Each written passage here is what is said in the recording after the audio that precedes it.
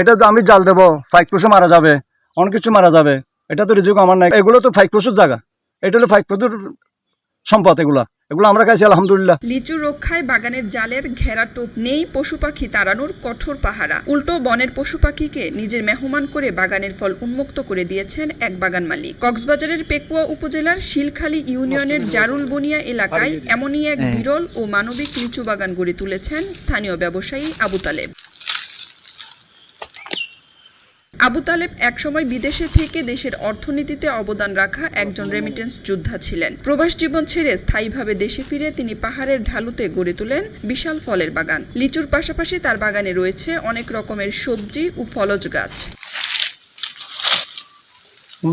সাধারণত লিচু পাকার মৌসুমে বাদুর ও পাখির হাত থেকে ফল বাঁচাতে মালিকরা পুরো গাছ জাল দিয়ে ঢেকে দেন, কিন্তু আবু তালেবের দর্শন ভিন্ন। এটা তো রিজিক তো আমার না, এটা তো আমি জাল দেবো, ফাইক পশু মারা যাবে, অনেক কিছু মারা যাবে, এটা তো রিজিক আমার নাই। কিন্তু আলহামদুলিল্লাহ অনেক, আমি যদি সামনাসামনি যদি না দিই অন্য লোকেরে, এটা তো এমনিও খাইয়ে যাচ্ছে এই এলাকার মানুষ, বুঝছেন? তুলো ফাইক পশুরে দিয়ে এটা তো আমার, এটা তো এতে এই যে এই বন বিভাগে এগুলো তো ফাইক পশুর জায়গা, এটা হলো ফাইক পশুর সম্পদ। এগুলো আমরা খাইছি আলহামদুলিল্লাহ। সময় হাতি আসে এটাই। আর এই যে দুটিঙ্গে হাতি তো আর বেশি, আমাদের যারা লোক আছে এরা চুরি চাটকা করে, এরা মনে করেন এখানে মাদক সেবন করতে চায় এভাবে। কারণ আমি কোনো এক সময় আশা করি প্রশাসন আশ্রয় নেব যদি আমি ধরতে পারি, কিন্তু মানুষগুলি জানি কে করে, কিন্তু হাতে নাতে ধরতে পারি নাই। স্থানীয় ব্যবসায়ী শফিউল আলম মনে করেন, আবু তালেবের মতো এমন মানবিক ও সাহসী উদ্যোক্তাদের পাশে কৃষি বিভাগের দাঁড়ানো এখন সময়ের দাবি। সঠিক তদারকি পেলে জারুল বনিয়ার এই বাগানটি পেকুয়ার জন্য একটি মডেল হয়ে উঠতে পারে।